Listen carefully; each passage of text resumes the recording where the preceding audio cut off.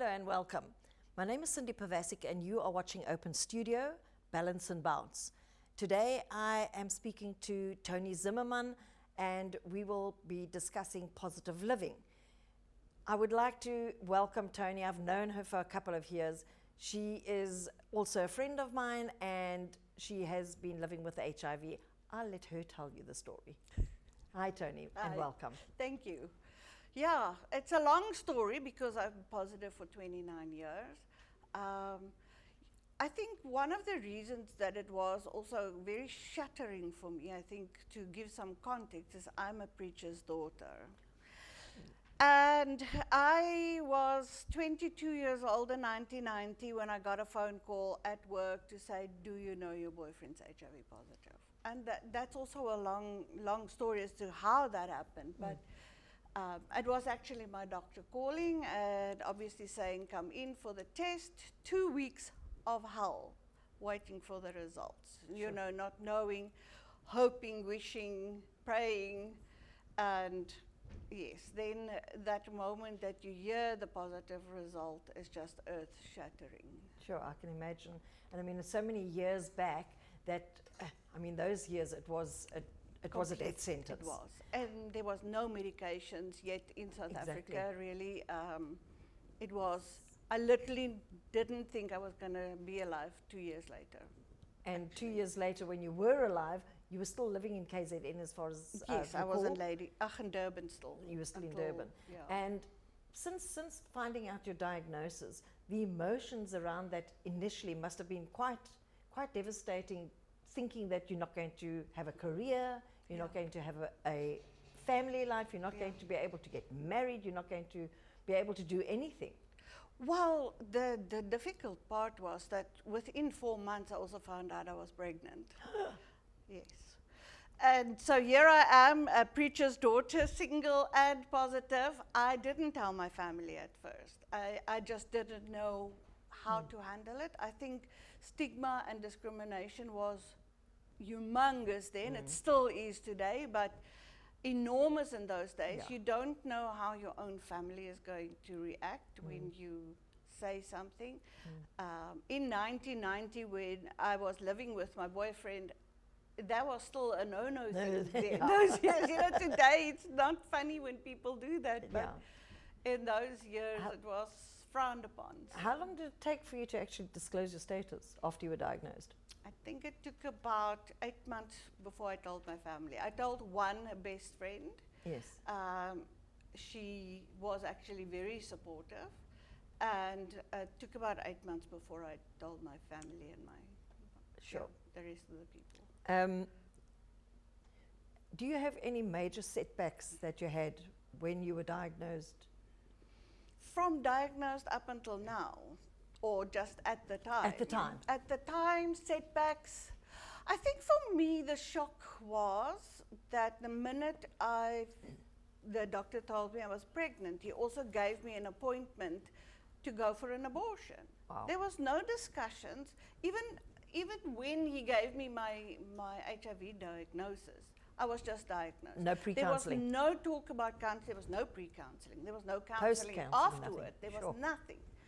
About 2 months later, I found an advert in a newspaper for a counselor that I went to go and see eventually because I actually wasn't going to just have an abortion. You know what, I might not have been the best dominie's daughter. You know, they say we are the stotester. It is true, but I still grew up with some foundation, and abortion was not something I was comfortable with at the time. I wanted to speak to someone and get information first. And how did finding out that you're HIV positive and pregnant affect your way of thinking? I think the pregnancy was that spark that made me want to fight for this. I wanted to fight for my life. I wasn't just going to give up at that stage. No, it wasn't just me. Yeah. It was for a baby as well. So that the first thing I did was get information. It's my natural instinct always. When something comes across my path, I don't know how to handle it, get information.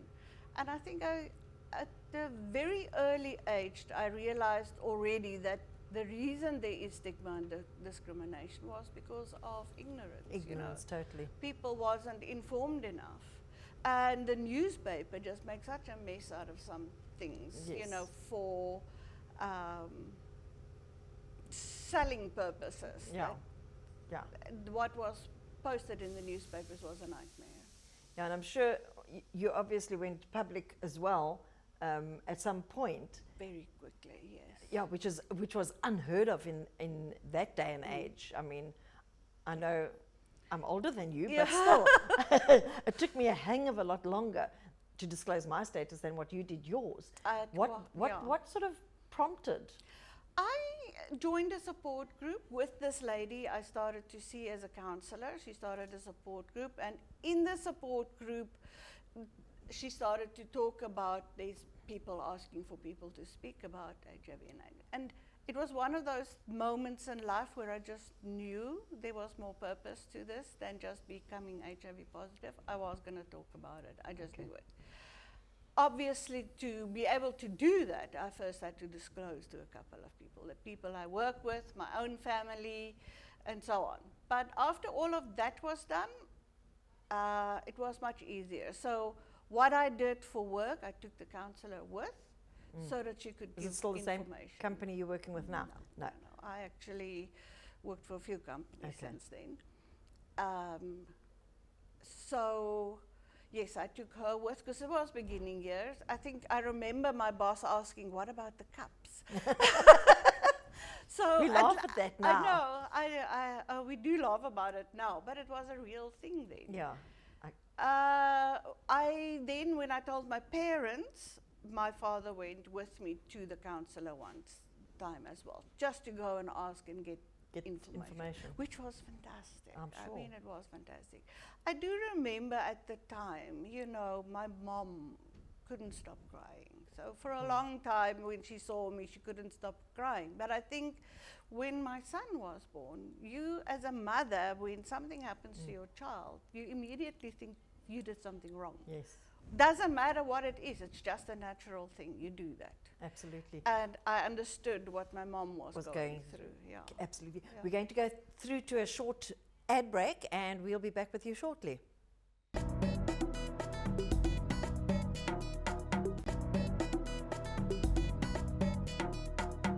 Welcome back. You are on Open Studio with me, Cindy Pavasic. We are talking about living positively. Toni, just before the break, you were talking about your family and the support that you got. And you mentioned the fact that you had a child. Yeah. I don't know if you want to delve into that at all. You're welcome to. I'm okay. Please, just. Well, so if you talk about setbacks, I would say the biggest thing for me was my son Calvin was born 1992, and he passed away in 99. He was 7.5 years old. He just started primary school. And I think for me that was 1,000 times harder to learn to live with than living with the actual HIV. I can imagine. So under normal circumstances without medication, you can live up to 10 years before you actually get sick. And the same with children. They usually, if they're not on medication, 7 to 8 years before they actually get sick. And he got sick very suddenly. I got a flu in June, the June winter holiday. By then I was living in Ladysmith, and it's cold there.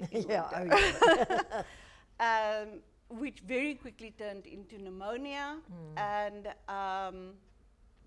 was just, it went so quickly. He was placed on medication, and he had an allergic reaction to the medication, and he went into a coma, and it was just, I think the biggest frustration too as a mother, you never ever lose hope. Yeah. You always hope there's going to be something that's going to work, and the fact that I never had time to say goodbye was very hard for me. Devastating. Yeah. Is that part of the reason why you also decided to become an HIV activist? I actually was before he passed away. I started to talk about HIV in '93 during the period that I was in the support group, so in 1993 for World AIDS Day in South Africa, I was on national television. So by then I've told my parents and my work and some of my friends, and then the rest of it went on TV. Okay. Yeah. Okay. And what personal goals and activities have you taken on to keep your own personal mind positive? Wow, that took a while. So after my son passed away, you know, when you're a single mother, you kept quite busy. After he passed away, I actually moved to Cape Town, and my sister one day said to me, I actually have to think about my life differently. And at that time, there was an advert on TV that says, make a list of 25 things you still want to do before you die. And you know, when you start to make a list like that, it's actually quite a lot of stuff, 25. I got to 19. And the first thing, I've always wanted to dance. I think that was one of the biggest fights between me and my father, because, you know, in those years, dancing was from the devil. And I just wanted to dance. And I think I get that from my grandmother, because she actually was, she loved dancing too. My grandfather played piano, so it was always a thing. And so I decided to go for ballroom and Latin American dancing, and actually became a competitive dancer for 12 years. Right. Danced even in an international contest. Okay. So that was great fun. But I've also, some of the things that I had on the list, I decided I will learn something new every single year of my life. Something academic as well as something in the arts and crafts. I loved arts and crafts and, you know, making You made me knit. I made you knit. I make a lot of people do a lot of things. I even make people believe in themselves. Well, that's more important. Yes. Has your HIV diagnosis had any effect at all, a negative effect, and on your career? No.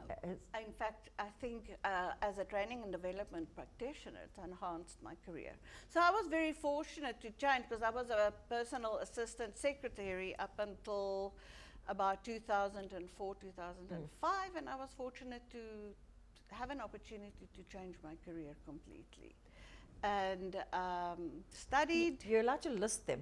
I'm allowed to list them. You can list them. I studied office administration first, and then I changed my studies to ODETDP, which is the CETA training, and then industrial psychology. So. But I know you've also done a lot of personal life skills for yourself. Yeah, I do. Well, part of the work eventually became a life coach, so I got training for that, and I actually worked for the psychology, applied psychology for work context. I've actually applied for a second psychology degree, but I'm still waiting to hear. So nothing has held you back, absolutely nothing? No, I think our minds are our biggest enemies. We think ourselves sick, and keeping my mind busy has had an extremely positive effect on me.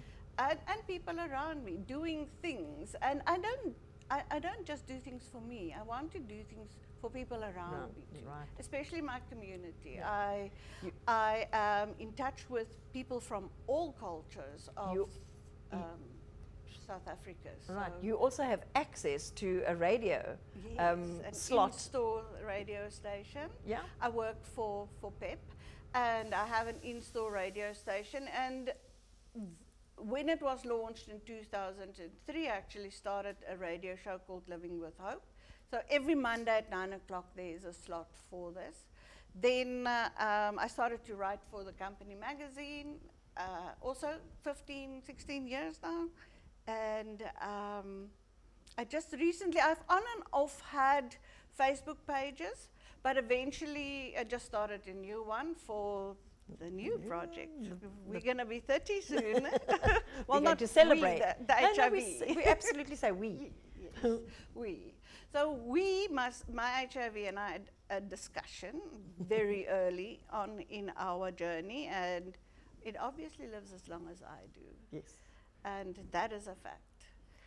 So I see it's a purple couch. Purple couch, yes. We're going to talk about that in a second.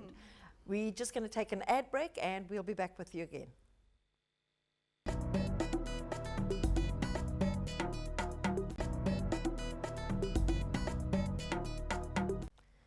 Welcome back. My name is Cindy Pavasic. You are watching Open Studio. We are talking balance and bounce, and I am with Toni Zimmermann, and we are talking about her positive life.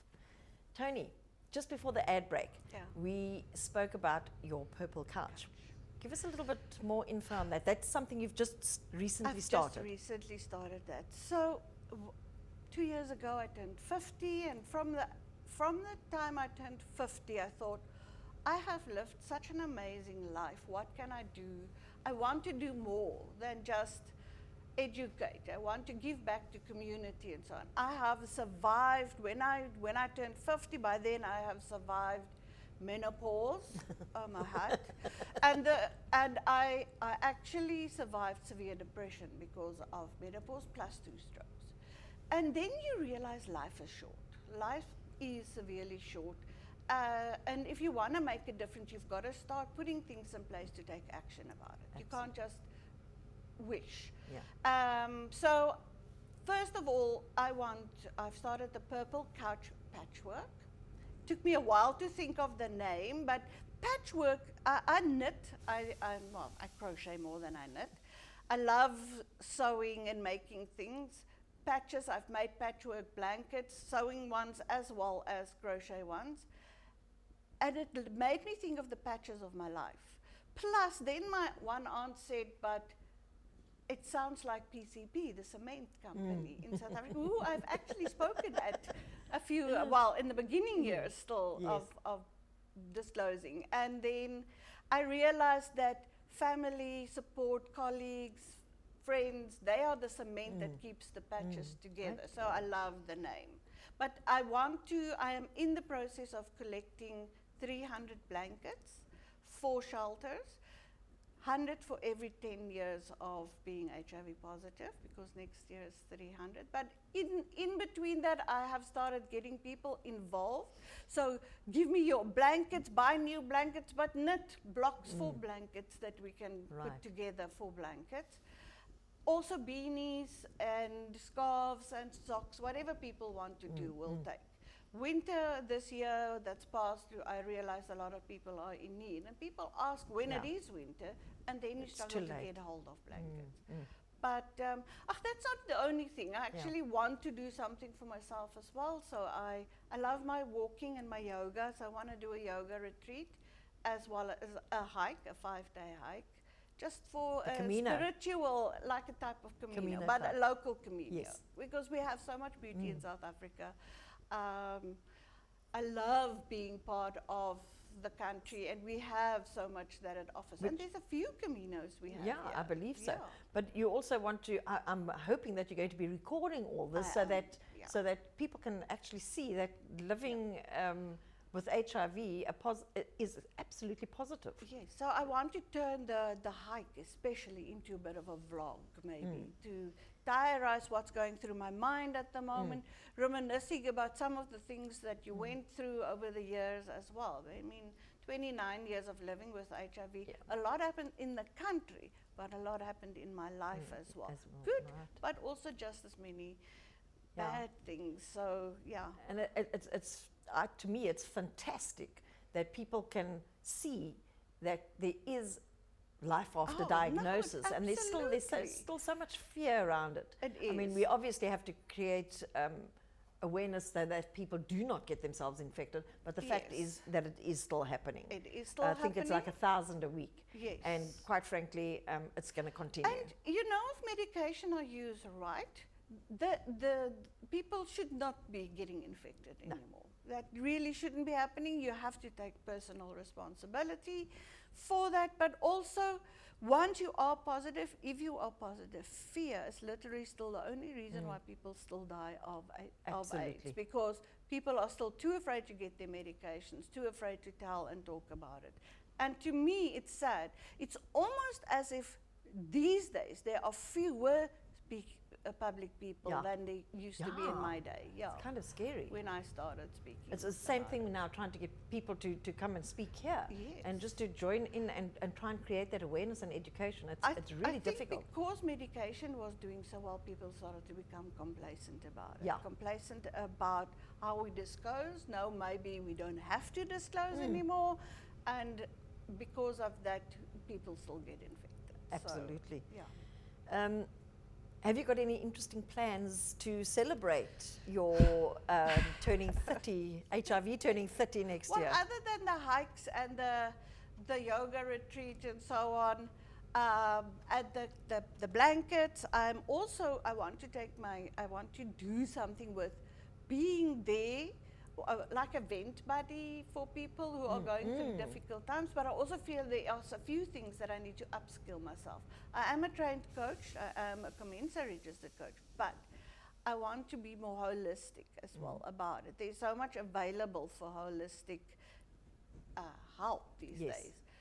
So I'm doing some personal upskilling at the moment, which keeps the mind busy again. And off the fact, how often do you even think that you're HIV positive? I Just don't throwing almost ever. Never, I don't. ever, yeah. I don't. Every now and again, okay, you go for your checkups every 6 that- oh, months, yes. and the doctor says, "Oh, you're wasting my time." No, I'm sorry. Yeah, but I get it. Literally going there, Yes. my viral load has been undetectable for almost 18 years. Yeah. My CD4 count has been over 1,000 for almost 8 or more years. Which is brilliant, yeah. Health-wise, I'm doing extremely well. Yes. So.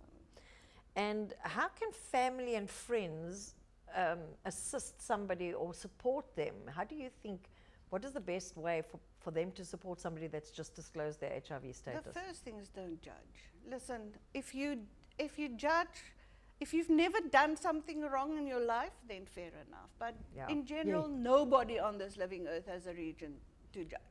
The second thing is just be there, listen. If the person sometimes feels down, just be there for them. Help them go to a doctor or find someone to speak Yes. to. Get it off your chest because it's a heavy burden to carry, especially if you're carrying it by yourself. Find someone to speak to, whether it's in your family or a friend or outside, a counselor at first. Yeah, Just for sure. get it off your chest. But for friends and family, just be there for that person. If they need someone to sometimes go with to the clinic, just go with. Go with? Yeah, make it an outing. Go have coffee Afterwards. You and me on the same Yeah. page. And your final message to people out in the public space that find out their HIV status, what would your final message be to somebody newly diagnosed? Newly diagnosed, I know that people say this over and over again, but they literally, it's not a death sentence. In fact, it can be a life sentence because that is often the moment you realize I need to fight for myself. I need to work for myself. Yeah. So the fear, get yourself informed. There is so much information available. Just don't give up on your life. There's still a lot of beauty out there. Well, thank you so much, Toni. It's been absolutely wonderful listening to all your plans and everything that has, well, I won't say everything that has happened to you is wonderful, but really your whole journey has been a really enlightening experience for, I'm sure, people that are watching as well. And just to close off, you are open to making contact with us if you do need to speak to somebody, myself or Toni. And just remember, HIV is not a shame. You are listening to Cindy Pavasic, and we are leaving you with that thought.